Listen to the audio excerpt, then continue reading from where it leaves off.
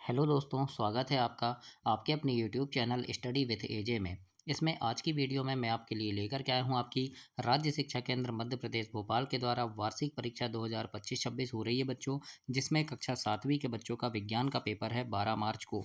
तो इस परीक्षा में किस प्रकार के प्रश्न आपसे पूछे जाएंगे, उनके उत्तर आपको कैसे लिखना है, सारी सारी चीज़ें इस वीडियो में मैं आपके लिए लेकर के आया हूँ आज की वीडियो में। तो दोस्तों, वीडियो में अंत तक बने रहिएगा और इन सारे प्रश्नों के उत्तर आप कंप्लीट कीजिएगा। पूरे 26 प्रश्न इसमें आपके लिए दिए गए हैं और काफ़ी ज़्यादा इंपॉर्टेंट प्रश्न है। तो ये पेपर आपके परीक्षा में आएगा, ऐसे प्रश्न आएंगे, तो इनको आप अंतिम तक देखें, पूरा अंतिम तक वीडियो में बने रहें। आइए देखते हैं। वैकल्पिक प्रश्न है। प्रश्न क्रमांक 1 से 10 तक आपसे पूछे जाएंगे। जैसे 1 से 6 तक होंगे, जो एक एक नंबर के होंगे, विकल्प वाले प्रश्न। जैसे पहला प्रश्न आपसे पूछा है यहाँ, कवक अपने पोषण के लिए पोषक तत्व मृत एवं विघटित जैविक पदार्थों से प्राप्त करते हैं, ये खालिस्तान कहलाते हैं। तो ये बच्चों मृत जीवी कहलाते हैं। बी नंबर इसमें सही उत्तर होगा आपका। इसी प्रकार दूसरा प्रश्न है, वसा का पूर्ण रूपेण पाचन जिस अंग में होता है वह खालिस्तान है, तो उसे हम क्षुद्रांत कहते हैं। स नंबर इसमें सही उत्तर हो जाएगा। आगे देखते हैं। प्रश्न नंबर 3 है। जैसे यहाँ पूछा है, निम्नलिखित में से किससे ऊन प्राप्त नहीं होता है। तो बच्चों घने बालों वाला जो कुत्ता होगा उससे ऊन प्राप्त नहीं होगा, बाकी ऊँट से, याक से और बकरी से ऊन प्राप्त हमें होता है। चौथा प्रश्न है, सैल कणों के अतिरिक्त मृदा में होने वाले, तो यहाँ मृदा में होते हैं, तो क्या होते हैं सैल कणों के अतिरिक्त मृदा में? खनिज, जैव पदार्थ, वायु और जल होते हैं। तो इस प्रकार से स नंबर सही उत्तर होगा इसमें। पांचवा देखते हैं। पूछा है, किसी सामान्य वयस्क व्यक्ति की विश्राम की अवस्था में औसत श्वसन दर क्या होती है। ये भी बहुत महत्वपूर्ण है, कई बार परीक्षा में आया है, तो इसको ध्यान से पढ़कर जाइएगा। जो चीज़ नहीं पता उसे आप कॉपी पेन में नोट कर लीजिए, ताकि सारी चीज़ें आपको परीक्षा में बन सके। तो इसका उत्तर होगा बच्चों 15 से 18 मिनट होती है। अब हम देखेंगे खालिस्तान वाले प्रश्न है, रिक्त स्थान की पूर्ति करो। ये प्रश्न नंबर 6 से 10 तक आपको पूछे जाएंगे और एक एक नंबर के आपके ये प्रश्न होंगे। तो किस प्रकार के प्रश्न आएंगे परीक्षा में वो हम देखते हैं। तो आइए देखते हैं। जैसे यहाँ पर प्रश्न नंबर 6 आपसे यहाँ पूछा है, पादपों में जल का परिवहन खालिस्तान के द्वारा होता है। तो पादपों में जल का परिवहन जाइलम के द्वारा होता है बच्चों। सातवां प्रश्न है, डबल रोटी का फफूंद बीजाणु उत्पन्न करने वाला एक खालिस्तान जीव है। तो ये एक पादप जीव है। और चाल का मूल मात्रक खालिस्तान होता है, तो एम यानी मीटर प्रति सेकंड होता है। और प्रश्न नंबर 9 आपसे यहाँ पूछा है, विद्युत सेल के प्रतीक में लंबी रेखा उसके खालिस्तान टर्मिनल को निरूपित करती है, तो उसके धन टर्मिनल या धनात्मक टर्मिनल को निरूपित करती है। और कवक अपना पोषण खालिस्तान से प्राप्त करते हैं, तो मृत जीवी से प्राप्त करते हैं, मतलब मरे हुए जानवरों या पौधों से प्राप्त करते हैं। अब हम देखेंगे लघुत्तरी प्रश्न है, जो आपके 11 से 20 तक हैं और ऐसे पूरे प्रश्न नंबर 24 तक इस पर प्रश्न दिए हैं बच्चों। सारे प्रश्न बहुत महत्वपूर्ण हैं और आपकी हिंदी, अंग्रेजी, सामाजिक विज्ञान, संस्कृत, गणित, सारे विषय के वीडियो चैनल पर इसमें मिलेंगे। तो उनको देखने के लिए चैनल सब्सक्राइब करें, ताकि सारी चीज़ें आपको समय पर मिले और उन्हें पढ़ करके आप परीक्षा में काफ़ी अच्छे नंबर ला सकें। तो आइए देखते हैं। प्रश्न नंबर 11 देखेंगे क्या लिखा है। तो 11वें प्रश्न में पूछा है, पित्त कहाँ निर्मित होता है, यह भोजन के किस घटक के पाचन में सहायता करता है। तो ये बहुत महत्वपूर्ण प्रश्न है। इसके उत्तर में हम लिखेंगे, पित्त रस यकृत में निर्मित होता है और यह भोजन के घटक वसा के पाचन में सहायता करता है। इस प्रकार से आपको प्रश्न 11 के उत्तर में लिखना है। प्रश्न नंबर 12 आपसे यहाँ पूछा है, क्या आसुत जल अम्लीय, क्षारकीय, उदासीन होता है। आप इसकी पुष्टि कैसे करेंगे। तो इसके उत्तर में हम लिखेंगे, आसुत जल उदासीन होता है और इसकी जांच करने के लिए 2 परख नली में आसुत जल लेकर इसमें से एक में लाल लिटमस पत्र और दूसरे में नीला लिटमस पत्र डालते हैं। इन दोनों पत्रों के लिटमस पत्रों के रंग में कोई परिवर्तन नहीं होता है और इससे स्पष्ट है कि आसुत जल ना तो अम्लीय है और ना ही क्षारकीय, अतः आसुत जल उदासीन होता है। इस प्रकार से आपको प्रश्न 12 के उत्तर को कंप्लीट करना है बच्चों। देखते हैं। प्रश्न नंबर 13 है और इसमें लिखा है कि समझाइए कि लोहे के गेट को पेंट करने से उसका जंग लगने से बचाव किस कारण से होता है। तो इसमें हम लिखेंगे, जंग लगने के लिए ऑक्सीजन और जलवाष्प की उपस्थिति आवश्यक है। लोहे के गेट को इसके संपर्क में आने से बचाने के लिए इस पर पेंट कर देते हैं और पेंट की तह लोहे को इनके संपर्क में नहीं आने देती है और लोहे का गेट जंग लगने से बच जाता है। तो इस प्रकार से हम प्रश्न 13 के उत्तर में ऐसे लिखेंगे और इसे कंप्लीट करेंगे। आगे देखते हैं प्रश्न नंबर 14 है और इसमें आपसे यहाँ पूछा है बच्चों, क्या होगा यदि रक्त में पट्टिकाणु नहीं होंगे? तो उत्तर में हम लिखेंगे पट्टिकाणु चोट लगने पर थक्का जमाने में सहायक होते हैं और रक्त में यदि पट्टिकाणु नहीं होंगे तो चोट लगने पर थक्का नहीं जमेगा। थक्का न जमने से शरीर से अधिक रक्त बह जाएगा जिससे व्यक्ति की मृत्यु भी हो सकती है। तो इस प्रकार से प्रश्न 14 के उत्तर में हमें लिखना है। और प्रश्न नंबर 15 वेरी आईएमपी प्रश्न है बच्चों। ये प्रश्न अगर नहीं बन रहा है तो इसे नोट कर लें, 2 3 4 बार पढ़ें और लिख लिख कर देखें, आपको ये सारी चीज़ें बन जाएगी। और दोस्तों एक चीज़ बता दूं, आपने यूट्यूब में देखे होंगे बहुत सारे पेपर डालते हैं रियल वीडियो करके। ऐसा कुछ नहीं होता बच्चों। आप जितने वीडियो डालते हैं सारी वीडियो से आप पढ़ाई कीजिए और आप कोई एक वीडियो को लेकर ना चलें। पता चले आप कोई एक वीडियो को पढ़कर जा रहे हैं सिर्फ उसी को और वो पेपर में नहीं आया तो इससे आपका पेपर बिगड़ जाएगा, है ना। इसीलिए आप सारी चीज़ों से पढ़ाई करें, अपनी तैयारी बहुत अच्छे से रखें। आपकी पुस्तक है, किताब, कॉपी, इन सब सारी चीज़ों से आप अच्छे से पढ़ाई करें। अपने नोट्स बनाए हैं उससे पढ़ाई करें, यानी कोई भी प्रश्न आपसे छूटे ना। सारे वीडियो को आप देखें, जितने भी प्रश्न आपके 7वीं के लिए महत्वपूर्ण हैं सारे प्रश्नों को आप पढ़ें, है ना। तो आइए देखते हैं, इसमें और भी ऐसे 2 4 वीडियो डाला हूँ मैंने विज्ञान के, तो उनको भी आप देखिएगा और सारे विषय के वीडियो इसमें आपको मिलेंगे। तो चैनल सब्सक्राइब करके उन सारे वीडियोज़ को आप देखिएगा कि किस प्रकार से मैंने उनके उत्तर सहित आपको उसमें बताया है।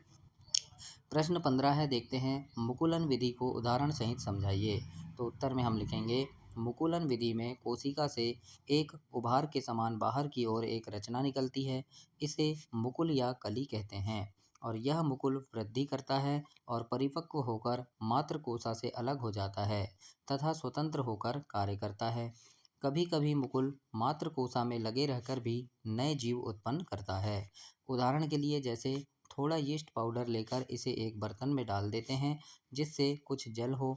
इस जल में 1 चम्मच शक्कर डालकर घोल लेते हैं। कुछ समय बाद कोसा से एक उभार के समान मुकुल निकलने लगते हैं। इस प्रकार से प्रश्न 15 के उत्तर में हम लिखेंगे। 16 देखते हैं, बहुत महत्वपूर्ण प्रश्न है प्रश्न 16 और इसमें पूछा है विद्युत धारा के तापीय प्रभाव से आप क्या समझते हैं? तो इसमें हम लिखेंगे जब किसी तार से कोई विद्युत धारा प्रभावित होती है तो ऊष्मा उत्पन्न होती है और वह तप्त हो जाता है। इसे विद्युत धारा का तापीय प्रभाव हम कहते हैं। इस प्रकार से प्रश्न 16 के उत्तर में आप लिखेंगे। 17 प्रश्न पूछा है अवतल दर्पण के उपयोग लिखिए। तो लिखेंगे दंत विशेषज्ञों द्वारा अवतल दर्पण का उपयोग दांतों का बड़ा प्रतिबिंब देखने के लिए किया जाता है। इस प्रकार से आप इसे लिख सकते हैं प्रश्न 17 में। प्रश्न नंबर 18 पूछा है बच्चों, क्या विद्युत चुंबक का उपयोग किसी कचरे के ढेर से प्लास्टिक को पृथक करने के लिए किया जा सकता है? स्पष्ट करना है। तो लिखेंगे विद्युत चुंबक का उपयोग किसी कचरे के ढेर से प्लास्टिक को पृथक करने में नहीं किया जा सकता क्योंकि प्लास्टिक चुंबकीय पदार्थ नहीं है ना। तो इसलिए हम नहीं कर सकते। 19 प्रश्न यहाँ पर लिखा है कोई धावक दौड़ समाप्त होने पर सामान्य से अधिक तेजी से गहरी सांस लेता है, ऐसा क्यों, है ना। मतलब दौड़ते समय हमारी सांस फूल जाती है, ऐसा क्यों होता है? तो उत्तर में लिखेंगे कि धावक को दौड़ने के लिए अधिक अतिरिक्त ऊर्जा की आवश्यकता होती है और दौड़ने के बाद उसकी श्वसन दर बढ़ जाती है और वह तेजी से गहरी सांस श्वसन करने लगता है, मतलब गहरी सांस लेने लगता है। इसके परिणाम स्वरूप अधिक ऑक्सीजन की आपूर्ति हो जाती है। तो इस प्रकार से आप लिखेंगे प्रश्न 19 में। अब देखेंगे प्रश्न नंबर 20 और इसमें पूछा है भौतिक परिवर्तन को उदाहरण सहित समझाना है। ये भी बहुत महत्वपूर्ण प्रश्न है। तो इसमें हम लिखेंगे ऐसे परिवर्तन जिनमें केवल पदार्थ की भौतिक अवस्था या भौतिक गुणों में परिवर्तन होता है भौतिक परिवर्तन कहलाते हैं। जैसे कि शक्कर का जल में घुलना और लोहे का चुंबक बनना, है ना। तो इस प्रकार से क्या है, भौतिक परिवर्तन है। अब हम दीर्घोत्तरीय प्रश्न देखेंगे, इसमें बड़े उत्तर हैं और ये 5 नंबर के प्रश्न आपसे पूछे जाएंगे बच्चों। जैसे प्रश्न नंबर 21 आपसे पूछा है आप पत्ती में मंड मतलब स्टार्च की उपस्थिति का परीक्षण कैसे करेंगे, है ना। मतलब पत्ती में मंड है, स्टार्च है, ये आप कैसे पता लगाएंगे? तो उत्तर में हम लिखेंगे एक गमले में लगे हुए पौधे को 24 घंटे तक अंधेरे में रख देते हैं जिससे उसकी पत्तियां मंड रहित हो जाती है। इस पौधे की एक पत्ती के दोनों तरफ के कुछ भाग को एक काले कागज से क्लिप की सहायता से ढककर गमले को सूर्य के प्रकाश में रख देते हैं। 5 6 घंटे बाद उस पत्ती को तोड़कर अल्कोहल में उबालकर रंगहीन कर लेते हैं। इसके बाद पत्ती पर आयोडीन का घोल डालते हैं। पत्ती का जो भाग काले कागज से ढका था वह नीला हो जाता है तथा शेष भाग नीला हो जाता है ना। यानी जो ढका था वो नीला नहीं होता, बाकी शेष भाग नीला हो जाता है। काले कागज से ढके हुए भाग को प्रकाश नहीं मिल पाता है, इस कारण प्रकाश संश्लेषण की क्रिया नहीं हो पाती तथा शेष भाग में प्रकाश संश्लेषण की क्रिया होती है और प्रकाश संश्लेषण की क्रिया होना स्टार्च की उपस्थिति दर्शाता है। इस प्रकार से आप प्रश्न 21 में लिखेंगे। इसको मैंने लंबा बताया थोड़ा समझाने के लिए, आप थोड़ा शॉर्ट में भी लिख सकते हैं।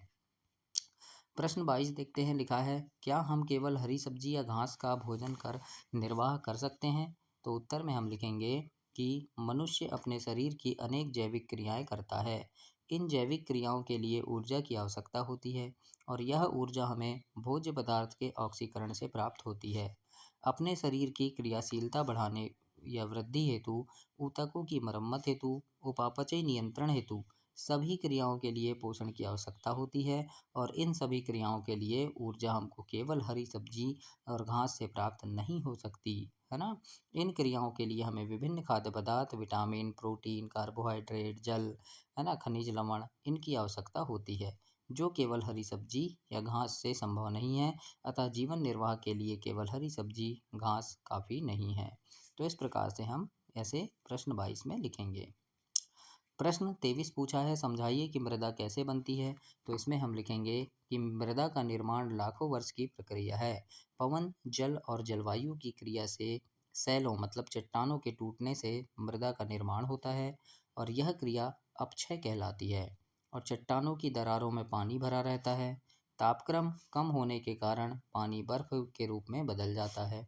बर्फ के रूप में आने पर उसका आयतन बढ़ जाता है और जब यह बर्फ चट्टानों में फैलती है तो वायु दाब और ताप की प्रक्रिया द्वारा चट्टानें चटक कर छोटे छोटे टुकड़ों में टूट जाती है, जिससे मृदा का निर्माण होता है।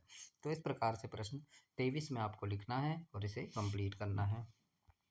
देखते हैं प्रश्न 24 और 24 प्रश्न में आपसे यहाँ पूछा है बच्चों, शरीर के सभी अंगों को रक्त की आवश्यकता क्यों होती है।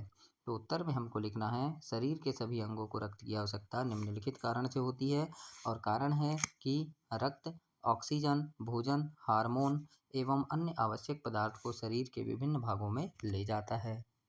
दूसरा लिखेंगे, कार्बन डाइऑक्साइड तथा अन्य उत्सर्जी पदार्थ को शरीर के विभिन्न भागों से लाकर फेफड़ों एवं अन्य उत्सर्जी अंगों की सहायता से निष्कासित करता है। तीसरा लिखेंगे, उपापचय में बने विषैले एवं हानिकारक पदार्थों को हानि रहित बनाने के लिए यकृत में भेजता है। इस प्रकार सभी अंगों को रक्त की आवश्यकता होती है। तो ऐसे आपको प्रश्न 24 के उत्तर में लिखना है और ऐसे आप इसे कंप्लीट करेंगे।